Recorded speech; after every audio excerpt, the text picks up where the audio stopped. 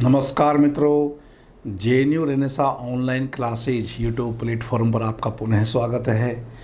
मित्रों, अब आप देख रहे हैं कि हम लगातार आपके सम्मुख प्रस्तुत हो रहे हैं और इस महामारी के दौर में अपने आप को इस प्रकार से व्यस्त रखने के अलावा हमारे पास कोई दूसरा बेहतर विकल्प है भी नहीं। उम्मीद है आप से कुशल होंगे और अपना विशेष ध्यान रखें, अपने परिवार का विशेष ध्यान रखें। बहुत जल्दी दुर्दिन के ये दिन कटने वाले हैं।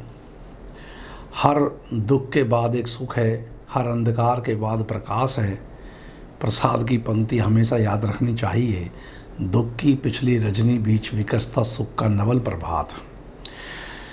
खैर मित्रों, आज हम एक नए विषय पर आपका ध्यान इंगित कराना चाहते हैं कि चीज़ों को बदमूल तरीके से ना देख करके कहीं और भी नवीन पहलुओं पर दृष्टिपात किया जाए। इस संदर्भ में आज हम बिहारी सतसई और बिहारी सतसई में जो सामाजिक जीवन का यथार्थ है उसकी बात करते हैं। मित्रों, जैसे ही मैं कहता हूँ कि बिहारी सतसई में सामाजिक जीवन का यथार्थ प्रतिफलित हुआ है, तो सबसे पहले ये प्रतीत होता है कि हम तो रीतिकाल में ये पढ़ते हैं कि रीतिकालीन कविता जनजीवन से दूर है, दरबारों तक सिमटी हुई कविता है। मित्रों, ये बात सही है कि रीतिकालीन कविता दरबारी संस्कृति की उपज है। ये बात भी सही है कि रीतिकालीन कविता का जनजीवन से संपर्क प्राय अभाव मिलता है। लेकिन मित्रों, बिहारी सतसई में यदि हम ऐसा कहें कि सतसई अपने समाज से कटी हुई रचना है, तो ये कहना भी उचित नहीं होगा। मित्रों, आप सब जानते हैं कि किस प्रकार उद्बोधन के रूप में आमेर के राजा मिर्जा राजा जयसिंह जो अपनी नवविवाहिता पत्नी पर अनुरक्त होकर के राजकाज से दूर हो गए थे, तो बिहारी ने एक दोहा लिखा था कि नहीं पराग नहीं मधुर मधु नहीं विकास अहीं काल, अली कली ही ते बंदियो आगे कौन हवाल। और इस दोहे को पढ़ कर के उद्बोधन रूप में जो दोहा लिखा गया, मिर्जा राजा जयसिंह बड़े प्रसन्न हुए। उन्होंने बिहारी को कहा कि एक एक दोहे पर मैं तुमको सोने की एक एक असरफी दूंगा। काली पहाड़ी ग्राम को जागीर में दे दिया और अपने पुत्र राम सिंह का विद्यारंभ भी बिहारी से करवाया। तो बिहारी सतसई की जो रचनागत प्रेरणा इस पर जो पृष्ठभूमि का मूल दोहा है वह तो यही है कि नहीं पराग नहीं मधुर मधु। और इसके बाद बिहारी ने, और हम सब जानते हैं कि लगभग 1633 ईस्वी से बिहारी सतसई की रचना धर्मिता पल्लवित होना प्रारंभ हुआ। उस समय बिहारी युवा एज के ही थे, क्योंकि बिहारी का जन्म 1595 ईस्वी माना गया है। तो लगभग 40-42 साल की उम्र से इन्होंने सतसई लिखना शुरू किया था और जो 1662 ईस्वी में जाकर के पूर्ण हुई। कोई जल्दी नहीं थी बिहारी को सतसई पूरा कराने के लिए, एक एक दोहा लिख करके असरफी से काम चलता ही है। और 1664 ईस्वी के लगभग बिहारी की मृत्यु भी हो गई थी। तो बिहारी ने अपने जीवन के लगभग अंतिम दौर तक इस सतसई को लिखा है। सतसई में जीवन के अनुभव बड़े गहरे उभर कर आए, इसमें कोई दोहराए नहीं है। मित्रों, काव्य शास्त्रीय और समाज शास्त्रीय दोनों दृष्टिकोणों से बिहारी सतसई का महत्व असंदिग्ध है। काव्य शास्त्र के दृष्टिकोण से तो आप देखिए कि अधिकांश परीक्षाओं में रस, छंद, अलंकार, संचारी, अनुभाव के जो अधिकतर सवाल हैं वो बिहारी सतसई में से लिए जाते हैं। अब हम किस आधार पर ये कह रहे हैं कि बिहारी सतसई समाज शास्त्र का खजाना है? इसको कहने के पीछे क्या आधार है? मित्रों, इसके लिए हमको बिहारी सतसई का समाज शास्त्रीय विश्लेषण करना होगा। यद्यपि ये बात सही है कि कुछ आलोचकों ने बिहारी पर यह आरोप लगाया है कि ये मात्र दरबारी कवि हैं और इनका सामाजिक जीवन के साथ कोई जुड़ाव नहीं है। लेकिन मित्रों, इस आरोप में उतना दम भी नहीं है।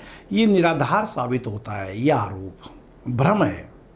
क्योंकि बिहारी, ये बात सही है कि बिहारी दरबारी कवि रहे हैं, लेकिन उन्होंने अपनी सतसई में अपने समय के समाज का यथार्थ चित्रण भी किया है और वो यथार्थ चित्रण झांकता हुआ नजर आता है।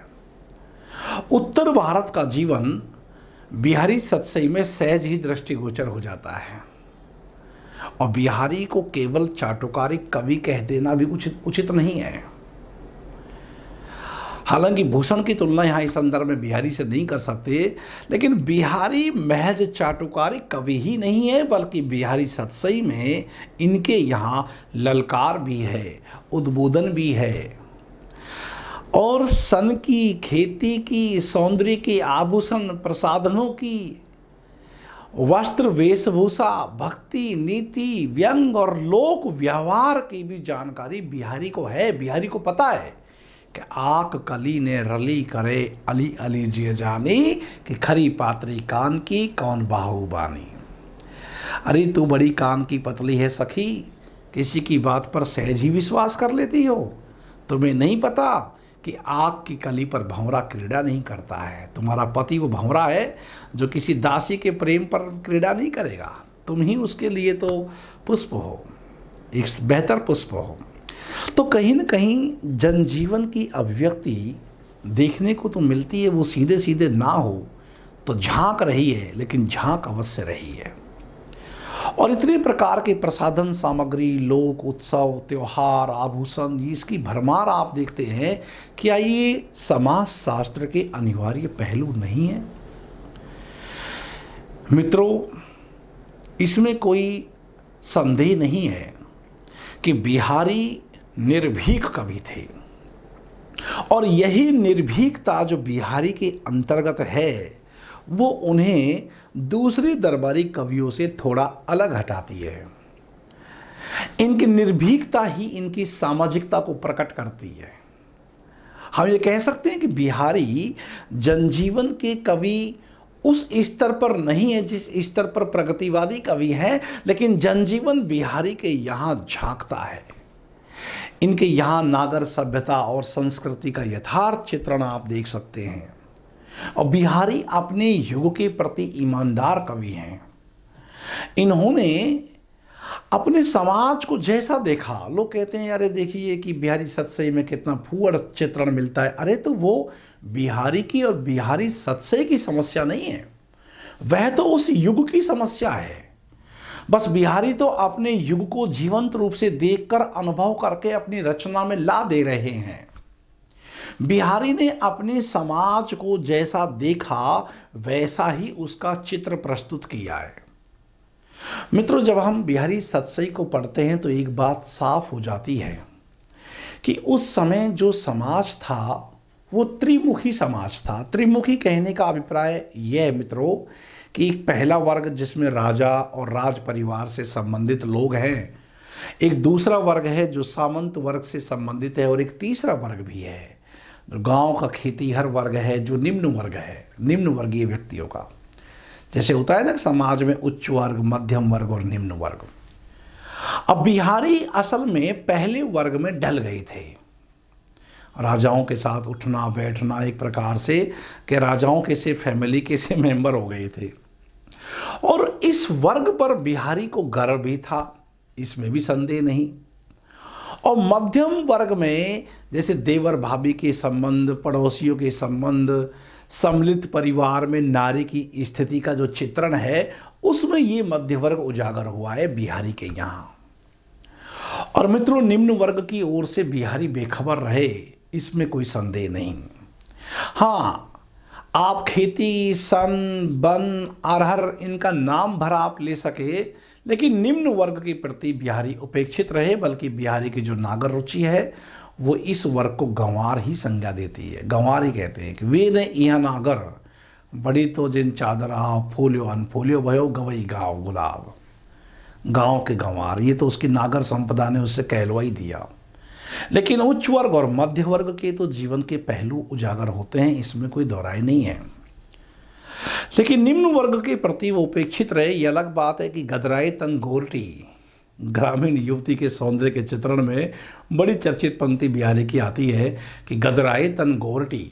इसकी कल्पना भले ही मार्मिक हो, लेकिन अनुभूत नहीं लगती है, क्योंकि बिहारी उस निम्न वर्ग के तबके से जुड़े ही नहीं। खैर, बिहारी स्वयं अपनी स्थिति से कितने संतुष्ट थे। जब आप बिहारी सतसई को पढ़ते हैं तो आपको ऐसा लगेगा कि यार कहीं न कहीं बिहारी टूट रहे हैं, वो अपनी स्थिति से संतुष्ट नहीं है। समाज से दूर रह करके जो मिथ्या चाटुकारिता और जो प्रशंसा की भावना है, वो बिहारी का मन उसको स्वीकार नहीं करता था। तो बिहारी का जो आत्म संघर्ष है, उसको आप बिहारी सतसई के एक दोहे में देख सकते हैं। आपने एक दोहा पढ़ा हो तो, कि को कोरिक संग्रह हो, को लाख हजार। कोई करोड़ों का संग्रह करो, कोई लाख हजार का संग्रह करो, कोई कोरिक संग्रह हो, को लाख हजार, मो संपत्ति जदपति सदा विपत्ति विदारणहार। इसमें कहीं न कहीं ये भौतिक विलासिता है, उसके प्रति एक अनासक्ति का भाव देख सकते हैं मित्रों। और इस बात में कोई संदेह नहीं है कि कवि बिहारी राज दरबार से कहीं न कहीं उकता चुके थे। उकता चुकने का मतलब है कि उनका जी भर गया था राज दरबारों से, और राज दरबार में रहना बिहारी की व्यवस्था थी, वो उनकी आर्थिक व्यवस्था थी। वो साफ लिखते हैं बिहारी सतसई में कि हरि की जाती है तुमसे बिनती बार हजार, जिहि तिहि डरियो रहो परियो रहो दरबार। हे ईश्वर, मुझे अपने शरण में ले ले, जैसे तैसे पड़ा रहूँगा, बस यहाँ से जो घुटन है उस घुटन से निकलना है। बिहारी सतसई में आप मध्य वर्ग को देखिए, मध्य वर्ग में देवर भाभी संबंध देखिए, पड़ोसियों से संबंध, संयुक्त परिवार में स्त्री की स्थिति क्या है, इन सब पहलुओं को आप बिहारी सतसई में देख सकते हो। ज्योतिष और वैद इसी वर्ग में आते हैं, मध्य वर्ग में, उनका भी चित्रण आप यहाँ देख सकते हैं। समाज में बिहारी के उस दौर में समाज में विलासिता इस कदर व्याप्त थी कि देवर भाभी के संबंध भी कितने अनैतिक हो रहे थे, मनुष्य कितना अधोगामी हो रहा था कि देवर भी भाभी से शारीरिक प्रेम की मांग करता है। और बिहारी ने लिखा है कि कहत न देवर की कुबत कुलतिये कलह डराती, पंजरगत मंजारडिंग शुक्ल सूंघती जाती। जैसे कि पिंजरे में बंद जो तोता है और वह बिल्ली को देख करके दिन पर दिन सूखता जाता है, लेकिन कुलवधू है, घर में कलह ना हो इसलिए उस बात को कह भी नहीं पाती है और घर ही घर में अंततः डरती भी रहती है। ये किस समाज का चित्रण है जो एक विलासिता की नदी में बह रहा है। तो बिहारी सतसई में यदि ये भाव आए हैं तो ये उस समय समाज की देन है। बिहारी की दृष्टि निम्न वर्ग पर मैंने कहा कि सामान्य तौर से नहीं गई है। बिहारी जानते हैं कि जो ये निम्न वर्ग है ये बड़ी व्यवस्था भरी जिंदगी जीता है। इस बात से तो बिहारी परिचित अच्छे से हैं कि यह वर्ग जो आर्थिक दृष्टि से इतना दीनहीन होता है कि सामान्य से सामान्य की इच्छा पूर्ति, जो सामान्य सी चीज़ होती है उनकी भी इच्छा पूर्ति ये निम्न वर्ग नहीं कर पाता, इन्हें कोई नहीं पूछता है। और इसी जानकारी के आधार पर बिहारी सतसई में ये दोहा आया। बिहारी ने लिखा कि चलियो जाई वहाँ क्यों करे हाथिन के व्यापार, नहीं जानिए तू यही पूर्व से धोबी और कुम्हार। अरे चले जाओ, कहाँ हाथियों का व्यापार करने इस गांव में आ गए हो, तुम्हें पता नहीं है कि इस गांव में धोबी और कुम्हार बसते हैं। मतलब वो एक निम्न तबका बसता है, आर्थिक रूप से जो दयनीय है, और तुम हाथियों का व्यापार करने के लिए यहाँ आ रहे हो। तो बिहारी इस गरीब जनता की व्यवस्था भरी आर्थिक जिंदगी को पहचानते हैं। बिहारी ने खेती पर लिखा, सन पर लिखा, ऊख पर लिखा। सन, ऊख, कपास, ये सब फसल हैं। इन सब फसलों की चर्चा भले ही वो श्रृंगारिक परिप्रेक्ष्य में आ रहे हैं, नायक नायिका के प्रसंग में आ रहे हैं, लेकिन ये खेती की पूरी जो परिचर्या है यह आपको बिहारी सतसई में देखने को मिल जाएगी। सन सूख्यो बीत्यो बनो, अरे उखो लई उखारी, हरि हरि अरहरी अजय धरि धरि हरि जी नारी। सन सूख गया है, बन बीत गया है, ऊख को उखाड़ लिया है। अब वो नायिका परेशान है कि नायक से मिलन कहाँ हो, क्योंकि नायक से मिलन के लिए यही जगह उपयुक्त रहा करती थी। लेकिन पूरी फसल नष्ट हो गई। अरहर बहुत लेट तक रहती है, आप जानते हो। तो अभी खेतों में हरी हरी अरहर खड़ी है। तो वो नायिका अपने मन में धैर्य धारण करती है कि लुका छिपी का खेल खेलने के लिए अभी अरहर तो बाकी है। पूरी खेती इनका नाम किशन, ईख, अरहर। मध्यवर्ग से और मध्यवर्गीय जनजीवन से बिहारी परिचित थे, ये बात माननी पड़ेगी। और इसी प्रकार पलाश का प्रसंग हो, आँख का प्रसंग हो, आँख कली ने रली करे, कदम का प्रसंग हो, जवास है, इन सब की चर्चा भी बिहारी सतसई करती है। मित्रों, बिहारी के समय में जो उस दौर का समाज था, उसमें नैतिकता की क्या स्थिति थी, उस पहलू को आप सतसई पढ़ करके बहुत अच्छे से जान सकते हैं कि नैतिकता तो विदा हो रही थी या विदा हो चुकी थी। सामाजिक आदर्श जीवन के वो सब हवा हो गए। गलियों में, मकानों में, हाट बाट में आदि स्थानों पर व्यभिचार ही प्रमुख था। और की तो बात छोड़िए कि बड़े घर में नैनहू में सो बात। हाव भाव अनुभावों का जो संकेंद्रण की 8 प्रकार के मनोभाव आप यहाँ देखो कि कहत नटत रीजत खिजत मिलत खिलत लजियात, भरे भुवन में करत है नैनही में सो बात। पूरे घर में सदस्य बैठे हुए हैं, लेकिन नायक नायिका के छत्तों से, नेत्रों की भाषा से ही सब भाव सामने आ रहे हैं। तो गलियों में, मकानों में, हाट बाट में, सब स्थानों पर व्यभिचार प्रमुख था। भाभी और देवर में पति पत्नी जैसे संबंध बन रहे थे। समाज की विघटित स्थिति इस सतसई में देखने को मिलती है मित्रों। और बिहारी के श्रृंगारिक दोहों में यदि आपको कहीं कुत्सा और अश्लीलता दिखाई दे तो उसके लिए क्षमा करना कि बिहारी दोषी नहीं है। दोषी उस समय का समाज है, दोषी वह राज्य है, वहां का सामंती वर्ग जो समाज में ये खुली छूट करने के लिए मौका देता है। स्वयं भी वो करतूत करता है, बोले यथा राजा तथा प्रजा, और ऐसी छूट देने में वो हिचकिचाता भी नहीं है। तो बिहारी में अनुभूति की ईमानदारी और अभिव्यक्ति की ईमानदारी, या कहें कि अनुभूति की प्रामाणिकता और अभिव्यक्ति की ईमानदारी और परिवेश की विश्वसनीयता जीवंत रूप में उभर करके आई है। अब ऐसा ही नहीं है कि परिवार में ये सब जो कुत्सित और अश्लील चित्र ही दिखाए गए हैं। बिहारी सतसई में परिवार के अच्छे चित्र भी देखने को मिलते हैं। मध्यवर्गीय पारिवारिक जीवन की झलक भी आप यहाँ देख सकते हैं। अपने नहर जाती हुई एक मध्यवर्गीय नायिका का कितना मार्मिक चित्रण बिहारी ने किया है कि पिए बिछड़न से दुसे दुखु हर्ष जात प्योसार, और दुर्योधन लो लखयति तजति प्राण। यही बार प्रियतम से बिछड़ने का अब दुख हो रहा है, लेकिन अपने प्योसार जाने का सुख मिल रहा है। दुख और सुख की एक साथ समानुभूति ऐसे मिल रही है कि कहीं दुर्योधन की भांति प्राण न त्याग दे। दुर्योधन को यह अभिशाप मिला हुआ था कि सुख और दुख की समान अनुभूति जब तुम्हें होगी तभी तुम्हारा देह से तुम्हारे प्राण निकलेंगे।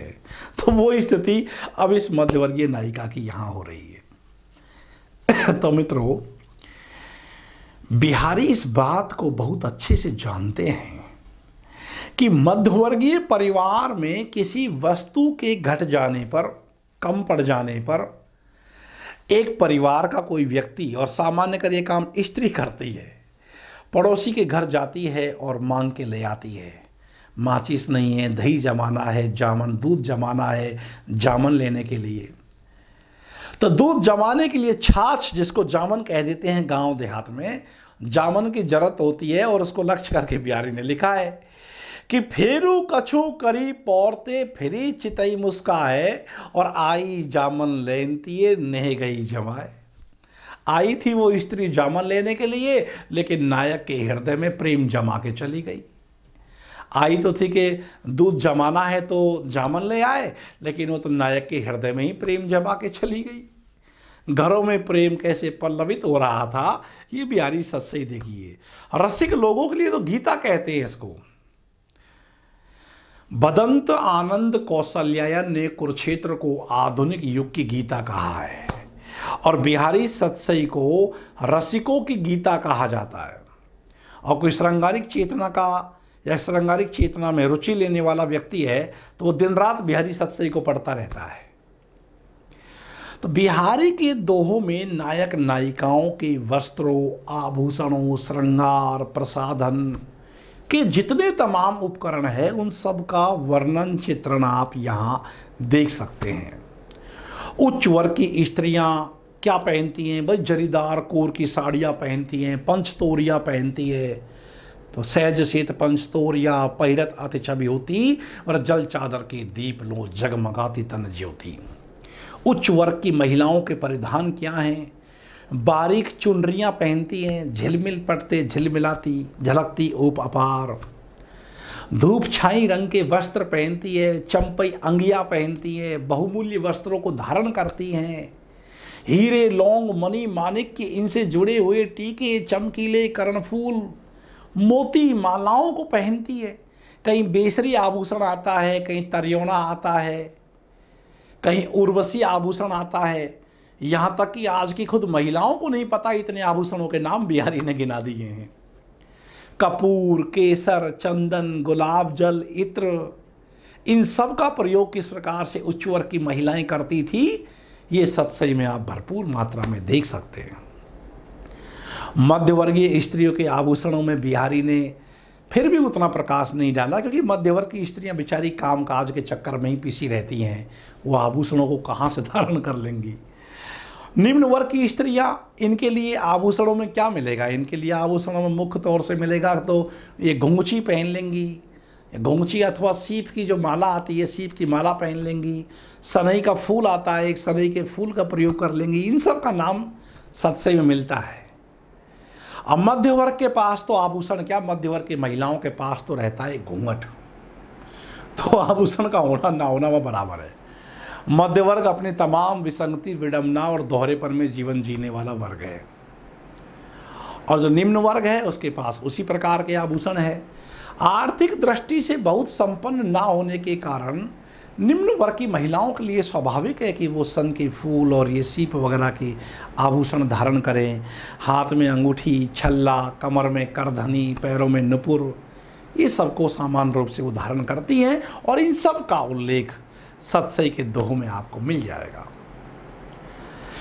बिहारी ने प्रेम क्रीड़ा को मुख्य फोकस बनाया है अपना, और प्रेम क्रीड़ा को व्यक्त करने के लिए अनेक उत्सव, तीर्थ, खेल कूद, नृत्य, गान, कूप तड़ाक, व्रत त्योहार, इन सब का उल्लेख बिहारी सत्संग में आया है।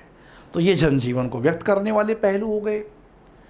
फागुन का विशेषकर चित्रण बिहारी ने अपनी सत्संग में किया है कि नायिका का झूला झूलना, प्रेम क्रीड़ा का कितना सुंदर चित्रण बिहारी करते हैं जब वो लिखते हैं कि हेरे हिंडोरे गगनते परी परी सी टूटी, धरी धाय पिया बीच ही करी खरी रस लूटी। क्या टूटना है नायिका का उस झूले से। झूलती हुई नायिका आती है और जैसे ही देखता है कि नायक सामने आ रहा है, ये झूले पे से ही टूट कर नायक पर पड़ी, और नायक भी क्या था भाई कि खड़े खड़े रस लूटी। तो ये भाव आप बिहारी सत्संग का जो प्रेम क्रीड़ा चित्रण है वो वाकई में अद्भुत है। श्रृंगारिक चेतना के संदर्भ में इस कवि से कोई टक्कर नहीं ले सकता। यों रीतिकाल का प्रतिनिधि कवि आपसे पूछे तो आप पद्माकर का नाम ले सकते हैं, क्योंकि वह भक्ति, नीति, वीर, श्रृंगार तमाम भाव मौजूद है। बिहारी के यहाँ वीर भाव मौजूद नहीं है, लेकिन जब श्रृंगारिक प्रवृत्तियों को ध्यान में रखकर प्रतिनिधि कवि की बात की जाती है तो उत्तर बिहारी होता है। एक तो होता है सर्वमान्य सभी प्रवृत्तियों को आधार लेकर, तो वहाँ तो पद्माकर हो जाएगा। ऐसे कोई वीर रस के संदर्भ में आपसे पूछे कि वीर रस की प्रवृत्ति को ध्यान में रखकर रीतिकाल के प्रतिनिधि कवि कौन कहे जाएंगे, तब तो उसका नाम भूषण हो जाएगा। तो दोस्तों, बिहारी को विलास परक सामंती समाज में दूती की क्या भूमिका निभा रही थी, दूती अपनी क्या भूमिका निभा रही थी, इस बात को बिहारी ने बखूबी दिखलाया है। रहे से समाज को किस प्रकार दूतियां विकृत कर रही थी। एक तो समाज पहले से ही विकृत था कि कोड में खाज वाला खामे दूती कर रही थी कि दूती सभी कंवारी कन्याओं पर नजर रखती थी और उनके साथ फिर कामी पुरुषों का छल कपट पूर्वक अनैतिक संबंध स्थापित करवाती थी। इस प्रक्रिया में वो स्वयं इनाम पाती थी, और इसके उदाहरण आप बिहारी सत्संग में देख सकते हैं। जब दूती नायिका को छल से मदिरा पिला करके उन्मुक्त कर देती है और भोगी पुरुष को उसके पास जाने के लिए प्रेरित करती है। लिखा है बिहारी ने कि मिली चंदन बेंदी रहे गोरे मुख न लखाई, ज्यों ज्यों मद लाली चढ़े त्यों त्यों उगरती जाई। नायक को प्रेरित कर रही है कि उसकी लालिमा इतनी ज़्यादा अब चढ़ रही है, मद की लालिमा, कि जो लाल बिंदी उसने लगा ली है वह भी अब दिखलाई न दे रही है। यानी कि वह पूर्ण समय है जब आपको उनसे मिलन चाहिए, मिलना चाहिए। ये देखिए दूती सड़े हुए समाज को और सड़ा रही हैं। अब बिहारी ने इस सामाजिक तथ्य सत्य को पकड़ा है कि घर जमाई की स्थिति कैसे होती है। कुछ समय के लिए बिहारी को भी घर जमाई बन के रहना पड़ा, तो वो इस भोगे हुए सत्य को अच्छे से जानता है।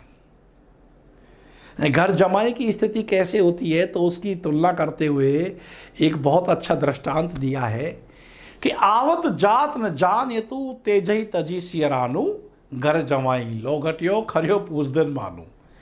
पूस के ठंड के माह में सूर्य कब निकला और कब चला गया उसका पता ही नहीं चला। ऐसी ही स्थिति घर जमाई की हो जाती है। अरे भाई, बहुत दिनों में कोई जाता है तो उसका स्वागत सम्मान होता है, उसको विदा भी दी जाती है। अब जो घर में ही पड़ा रहता है उसका तो क्या स्वागत सम्मान वाला भाव होगा कि वो तो यहीं रहता है। सत्सई मित्रों, ऐसे समाज की कहानी कहती है जहां नारी केवल संभोग की वस्तु है, अनैतिकता है, घोर अनैतिकता है। लेकिन बिहारी सत्सई की अनैतिकता नहीं है। बिहारी पर आरोप न लगाएं। बिहारी पर आरोप लगाने से पहले उस वर्ग पर आरोप लगाना उचित है जिसने समाज को इस रास्ते पर जाने का संदर्भ सुझाया। बिहारी तो मात्र उसकी खुलकर अभिव्यक्ति कर रहे हैं। इसलिए मित्रों, बिहारी मात्र दरबारी कवि ही नहीं है और ना ही वो पूर्णतया समाज विमुख थे। और आप देख सकते हैं कि बिहारी की जो बहुगता है वह उनके यहाँ भक्ति, नीति, उन सब पहलुओं को भी उजागर करती है। इस प्रकार मित्रों, आज की कक्षा में हमने जो आपसे बातचीत की वो है कि बिहारी सत्सई में समाज शास्त्र के तत्व किस प्रकार से सन्निहित हैं। आमतौर से हम उनकी श्रृंगारिक चेतना, इन तमाम बातों को तो करते रहते हैं, लेकिन इस अनछुए पहलुओं पर हमारा ध्यान नहीं जाता है। तो आज की क्लास में मुझे इन सूत्रों को व्यक्त करना जरूरी लगा जिसकी मैंने आपसे बातचीत की है। बने रहिए हमारे साथ। अगले वीडियो के साथ हम शीघ्र आपसे मिलते हैं। आज के लिए इतना ही। नमस्कार।